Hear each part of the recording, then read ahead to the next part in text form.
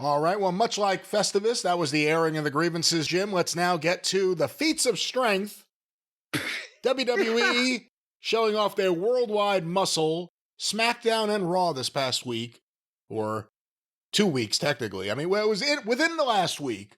Well, it's been over the last few days, Friday and the Monday, and then they're going to do it again next week. And they're in who knows where they're in Bologna and Jamaica, and ooh, I want to take it to Bermuda, Bahama. Come on, bring your ring up. They're all over the world, and they're just. Again, these people, the big crowds, these buildings, they're sold out. They're using the small entranceways so they can cram the people in, and the crowds are hot. They never see this shit live, right? So this is, as they used to say in the business in the territory days, when you opened up some area that had been dark, it's virgin territory because they're just glad to be getting it. And with as hot as they are anyway in the WWE and with the amount of star power they got, I mean, it makes for an incredible visual and incredible audio experience, the cheering and the singing and the waving and the clapping and the gesticulating and the farting about. But Brian, after you've watched 2 near 3 hour fucking programs, don't you want them just shut up so somebody get to the point? Sometimes you feel that way, yes. By the end of the 3 hours, you're starting to get, God damn, I wish give me these people. If I'm an aluminum siding salesman,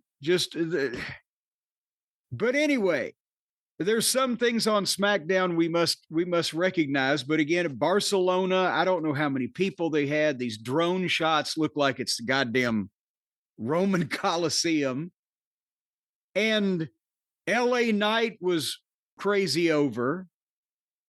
I'm not going to go blow by blow with their whole promo, but just the high points, bullet points of the thing were that it took a while for anybody, including LA Knight, to say anything, because as soon as he would mention the U.S. title, you deserve it. Clap, clap, clap, clap, clap. And so he finally got out the basic premise of the thing. And then Jimmy Uso comes out and they're all over him. And he wants to challenge for the title because his road to WrestleMania has hit a roadblock. And then the Bloodline come out. It says, well, if anybody deserves a title shot, it's Jacob Fatu. And the people love that.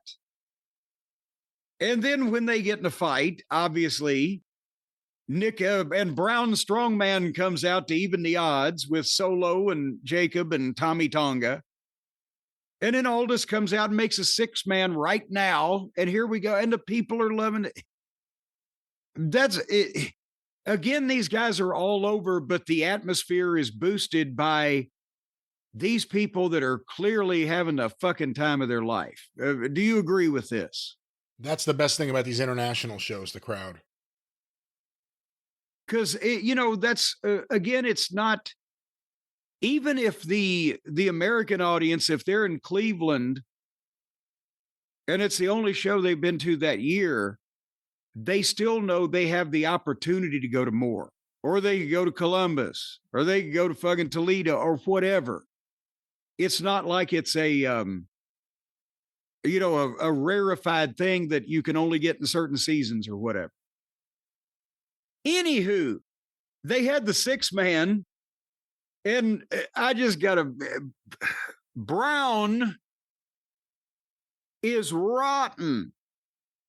He is immobile, and he can barely move. The guys bump off of him when he doesn't even touch them. When he did the stupid choo-choo, it's just, I'm thinking, less of him is a lot more. But they got Jacob over again, even though the baby faces won. Jacob is always the one that beats everybody up, and he beat up and moonsaulted Mr. Strongman 3 times. I'm sorry. And then ran back and tackled him through the fucking railing. So they make Jacob a monster, and he's getting over, and he looks facially. That the thing I like about this guy that I thought. Remember, I used to say, well, Solo's too clean, Solo's too normal looking to be a guy as dangerous as like a Jacob Fatu. And then they brought Jacob in. I'm not saying Solo is bad, but you look at the two of them facially and tell me which one you think might just fucking go off. Or don't look at them. Are you speaking to me on me? No, I didn't think I had to answer that. I think it's pretty obvious that Jacob Fatu is a different kind of wrestler. And he looks like almost a classic wrestler, as someone who wouldn't fit into society, and somehow he's here. Yes. Solo, it's like, well, I could have been an accountant, or I could have sold cars, I could have done all these things, and I'm in the family business. But anyway, so did you see? Please tell me, because you're always knocking me now, because I don't pay close attention to all of the females contests. So you had to watch Charlotte Flair against B-Fab, didn't you? Unfortunately, I was not able to see this past week. It sounds like an intriguing match for all the wrong reasons, but I did not see it, no. How was it? Because you're the biggest Charlotte Flair fan in the galaxy. Well, let me tell you this, because these two are both on my... Stop it now. These two are both on my must-watch list for potentially different reasons. I always like to watch Charlotte's matches, and I can't look away from B-Fab's matches. And I said, so I have to watch a bit of this. And then I got engrossed. And I know people say I make excuses for Charlotte, and Charlotte can do no wrong. She can't do this. She is not that good. This, no. I almost wonder why they booked it. Unless she's got heat with The Office. I mean, because they have to know what your first blush would have been. But she started trying to work it, Charlotte being she, too many pronouns, pal. You could tell she was trying to kill as much time as possible just to get through this. It was arm drag, tackle, pose, chops. B-Fab was almost fucking up getting chopped. Because she doesn't have the timing. If you go back and look at it, Charlotte's trying to get the spot where the chops would be smooth, and B-Fab is trying to feed, and it's all off. And there was some awkward offense, and the break spot, Brian, was Charlotte rolling to the floor.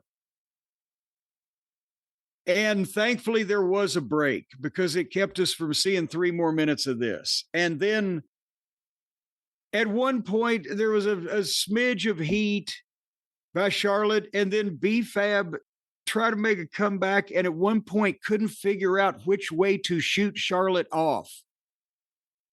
She grabbed her arm and she I don't know what and that Charlotte means. Well, she grabbed her arm and she was going to arm whip her, and she came out from the rope straight for a minute, and then Charlotte stopped, like, what? And then they turned and she went to the buckle instead. It was like, I'm not sure where I am in the ring. And then I'm trying to figure out this finish, because suddenly they were trying to do a few things back and forth, and B-Fab went behind her and got a waist lock. And they were standing there stationary, and Charlotte was trying to block, like she was grapevining the leg, like she was trying to block a German suplex, but B-Fab had not really indicated, just besides standing with a standing waist lock, she was going to do that. And then suddenly, I think Charlotte kind of looked like she whispered at her, and then she took off running toward the ropes, apparently for B-Fab to try to roll her up, and Charlotte hook the ropes and B-Fab fall off and, go backwards. You've seen that move, right? Yeah, of course. Well, instead it looked like Charlotte just ran toward the ropes and grabbed them, and then B-Fab just began rolling backwards off of her. And then Charlotte did a thing and got the figure 8 and they called for the bell. And then so that was that. But then Charlotte wouldn't let go of the figure 8. So here came Tiffy. And I'm thinking, okay, at least they're up. The people are cheering. They're coming up. This is going to. And Tiffy runs lickety split, as Mama Cornette used to say. No, lickety split down the aisle. I did see this stuff. I did see the brawl stuff.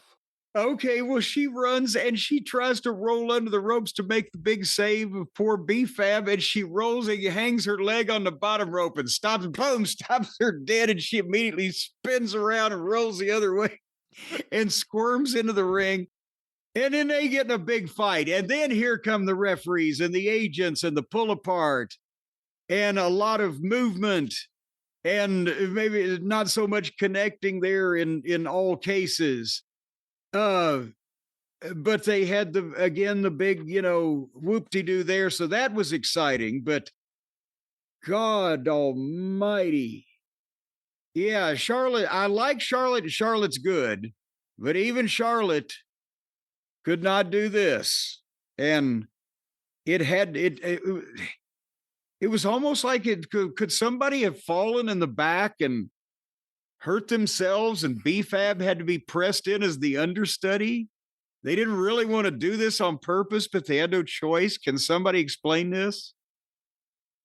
I can't explain this. I guess if you're going to do it in another country, but then again, it's on TV, so it's not like it's on TV. You're not hiding it from anyone. There are people, as you're aware, who think that I guess there's two ways to look at it. There are people who think that you are way too nice about everything Charlotte does. And on the other hand, there are clearly people who hate everything about Charlotte and hate everything she does. And unless you do too, you're too nice to her. And they're both things that people talk about. Any thoughts on the fact that people have a problem? Yes. Some people have a problem with your, I guess it's not your critique, your my favoritism. Yes. My favoritism. And yes, and again with Charlotte, I like to watch her against other female talent that can work in the classic sense. And I'm not talking about other old timers, the Rhea Ripleys, the ones that can really fucking work, that we compliment from time to time, but that also are visually of the size and are marketable in some fashion, or the physicality aspect or whatever. Instead, I'm sorry that Io Sky is minute and she may execute the moves well, but it's all moves that people have to help her with because there's no element of context of a contest, because it's gymnastics and she can't cut the promo, and I don't see her as a movie star. And I'm sorry. We're talking about showing went right to your hatred of Io Sky. Well, no, just as Why? I'm not trying to go off just on her, because she's on this program and this in this company, but I'm just saying, that type or that genre.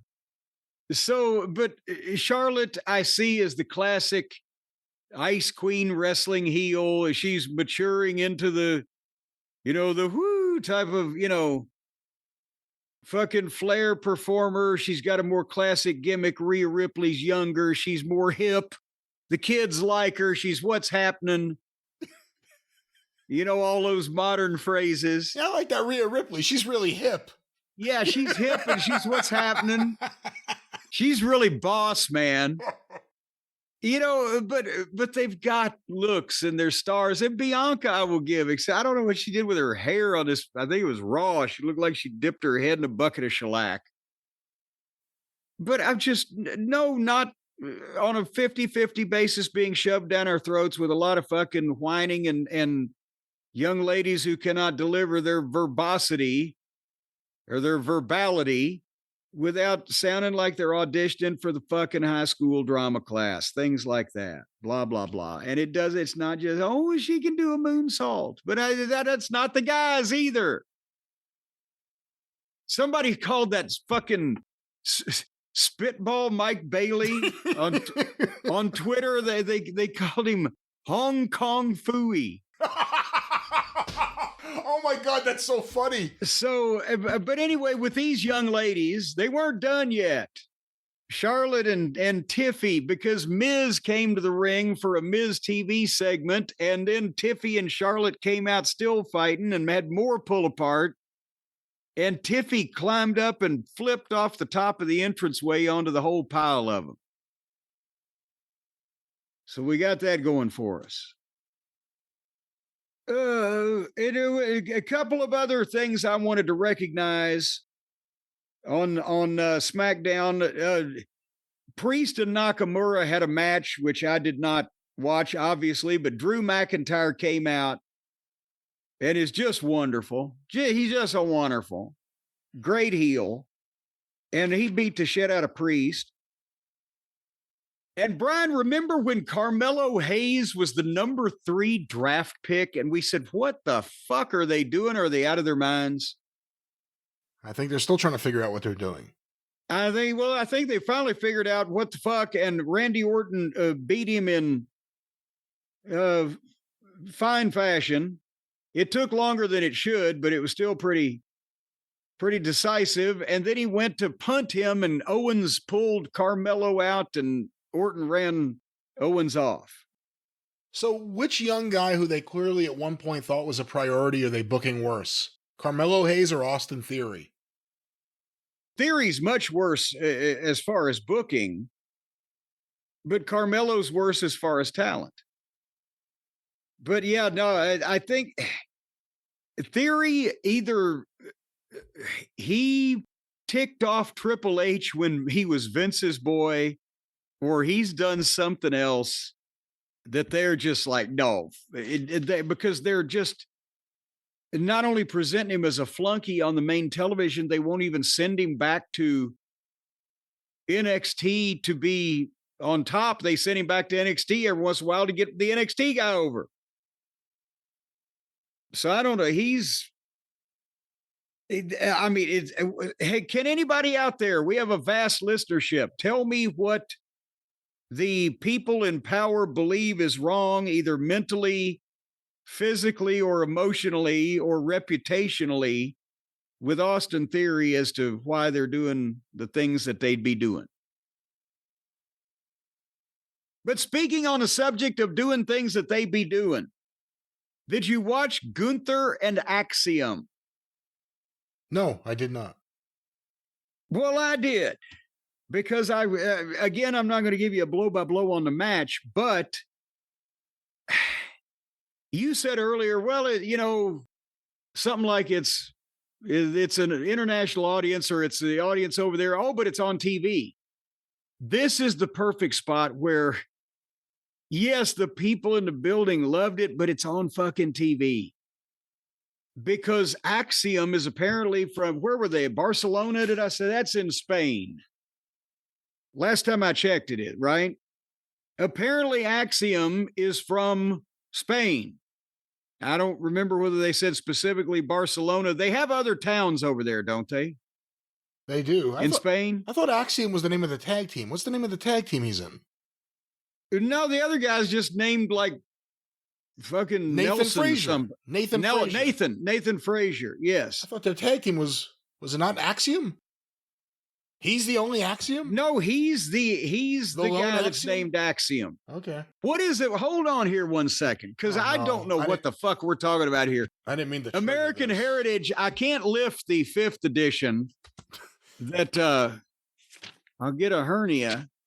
So I'm just going back to the 3rd edition, because Axiom's an old word. I just don't know what it actually fucking means. Is it Fraxium? Is that the name of the tag team? That's the name of their team, okay. Fraxium. They combined the two. What a clever name. Yes, Adam Baum is in here. All pair. Oh, hello. QRSUVWXYZ. What country are you from? Axiom. Axiom means a self-evident or universally recognized truth. A principle that is accepted as true without proof. Boy, you got one right there. This guy, this masked wrestler, is named a principle that is accepted as true without proof.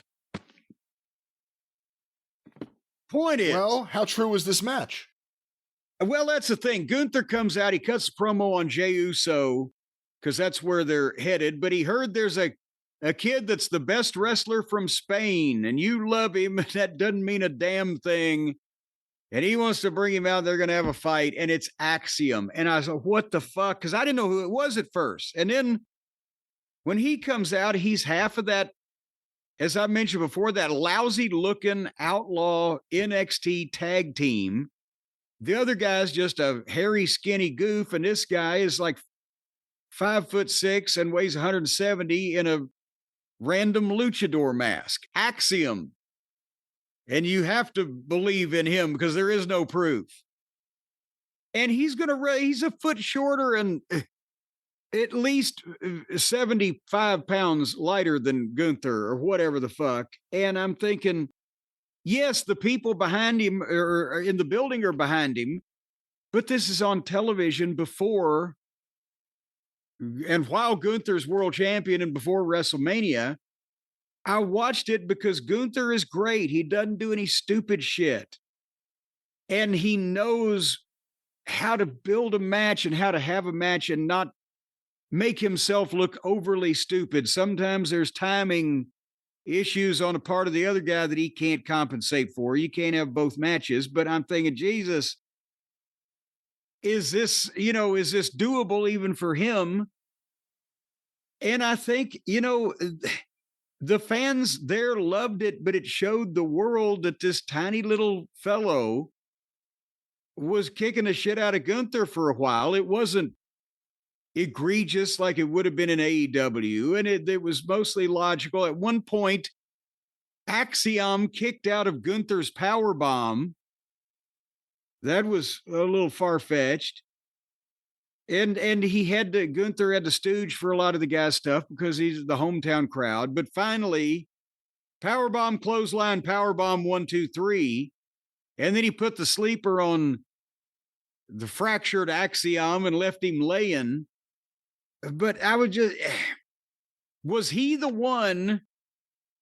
Yeah, I understand they wanted to get more heat on him than anybody on the show. So have him beat the hometown or home country hero, but then you put him in that position. Do you give the home country hero that much for the live crowd, or do you give him less for the television audience everywhere else?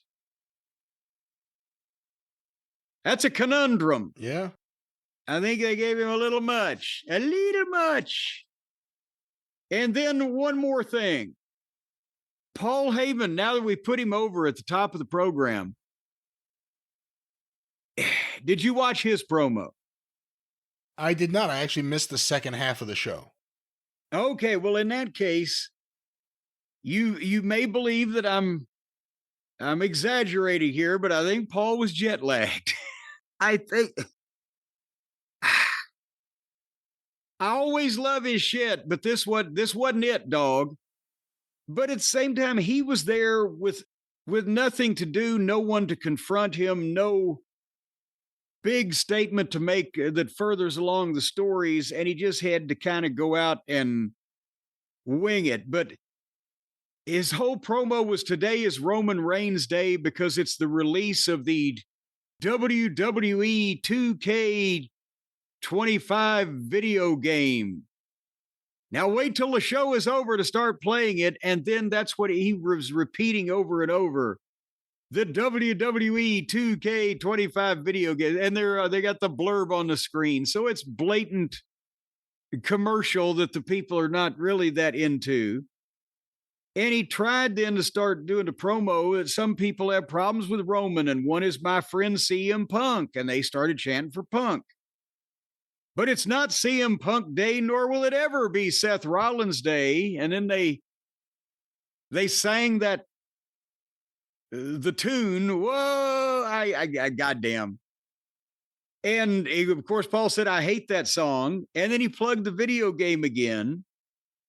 And then he told him Roman Reigns is going to be, where are they next week, Brian? In Bologna? I missed what they said. You keep saying that, so I'm a figure they mean Bologna, yes. Oh, that's where it is, baloney. And the people in started booing because he's just told him Roman's not here tonight, but he's going to be in another country next week. And they start booing. And he says, "Oh, get a ticket on Cheapo Airlines." And then did you hear the controversy concerning the line that was cut out of his promo when it aired on TV over here? No, I don't know anything about this.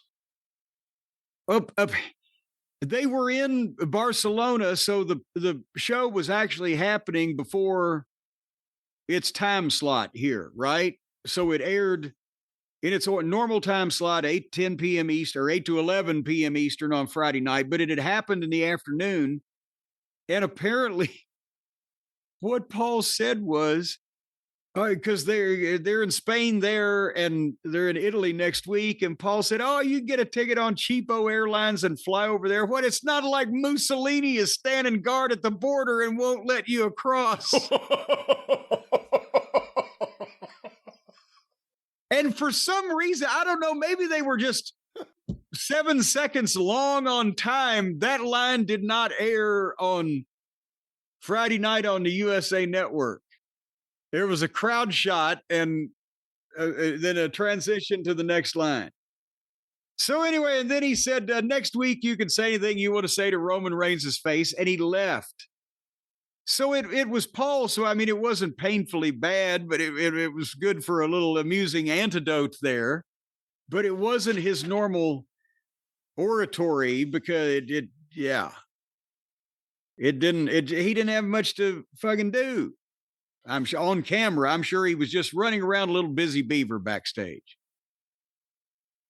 Well, that's WWE Smackdown. And of course, with Paul Heyman in Europe, there's probably a lot of shopping, a lot of seeing what the latest fashion trends are, trying on new suits. But perhaps he looked at some of these unique and fresh European fashions, and he said, "I wish I knew someone who I could work with to bring some of these home and sell them to the world." He's always looking for a money-making opportunity. He's very capitalistic like that, is Paul Heyman. Always trying to get the angle. He could be over there, where we're in Barcelona, Spain. He could be over there at the Matador's Big and Tall store, where they can fit the biggest bull, no matter how wide his ass or horns may be. And he may say, "You know, I could market and merchandise this brand all across the world to all of the giant, corpulent, overweight, fat people with a body mass index of 50 and over, if I only had the platform." Brian, do you think that's a question he was asking himself as he wallowed in the tent maker's material, having his custom-made Spanish suit tailored to his specifications? It could have been. It could have been. Well, now we know the platform. It's too bad he doesn't listen to the program, although probably secretly he does. If he'd gone to Shopify and said, "Hey, let's take these voluminous, massive circus tent-like clothes for people who look like they've been floating in the river for 3 days," just as an example, it could be any product or service, "and let's put it on a worldwide platform. And let's have the number one checkout on the planet, the number one company. Nobody does selling better than Shopify. Let's partner up with Shopify and let them make this dream become a reality." And then Paul wouldn't have to go to Barcelona and Bologna and Maine to Spain on a choo-choo train. He could sit right in his giant custom-made, overstuffed, overwide easy chair in his home, watch his Alfred Hitchcock DVDs, and rake the money in, because that's what he'd be hearing all the time. Ching, ching, ching, ching, without him even lifting a finger. And at his age and at his weight, gravity has taken over, and it's so hard to lift fingers. But nothing's hard with Shopify, folks. It's as easy as can be. It's a box of fluffy ducks. It's like farting through silk. They're going to set you up with the number one checkout on the planet if you're into growing your business. They're going to give you the commerce platform that's ready to sell wherever your customers are. They're going to keep track of everything, and you're going to get the money, and you're going to get the fame, and you're going to get the fortune, and then you're going to get the bill. But right now, it's not going to be much because they want you to want them. And that's why we can right now, folks, offer you a cheap trick. That's exactly right. Without fear of contradiction, we can offer you the cheapest trick that you will ever turn. I guarantee you, I won't even go into the prices of potential prostitutes these days. It's even worse than the normal rate of inflation. No. But folks, this cheap trick is only $1 a month. It's a trial period at shopify.com/JCE, all in lowercase, by the way, because that's where you go and they say, we're going to do such a good job for you that we will do this for $1 a month as a trial period and see if you like it. And if you like us and we like you, and if you like pina coladas, whatever you like. Not bad. It's going to be all together. You can go to shopify.com/JCE to get that $1 a month trial period and upgrade your selling today. Get with the big boys. Don't try to do this on My TV or web space or whatever that antiquated technology is. These people, they've got big time computer operators there standing by, ready to sell all your shit to everybody that's got access to it. Just like that. Boom goes the dynamite. Ding goes the selling. And zing go the strings of your heart. You can even make enough money if you're saving for that special girl. You can even make enough money to finally get married and put a down payment on a house with a picket fence and a swing in the tree and squirrels and birds. And you can have a little kid, and the kid will get in the swing. And then he'll swing and he'll swing and he'll swing and then he'll fall and break his leg. Okay. And then you can call one of our other sponsors, Stephen P. No, News. again, let's not talk. The story, we were doing so well. That was the best you have ever done. I can't even speak. That's the best of Lorna Doone. Listen, let's get away from Lorna Doone. Let's listen. Oh, listen to the music. Let's talk about everyone out there, the listeners, Mr. and Mrs. America, who have your products and you want to sell them. You need the right support. And let's say it firmly here at the end. Right, Jim? You can get it from Shopify. Jim, tell everyone one more time with professionalism where they can get it. Yes, with professionalism, you can professionally go to shopify.com/JCE. Can you imagine if Colonel Sanders had Shopify? He wouldn't have had to put that pressure cooker in the trunk of his car and drive around as a senior citizen cussing people. I guess you may, that is a possible option that could have happened, a possible outcome. Yes. But no. Well, I only deal in facts and learned supposition. Never in complete axioms. Once again, shopify.com/JCE.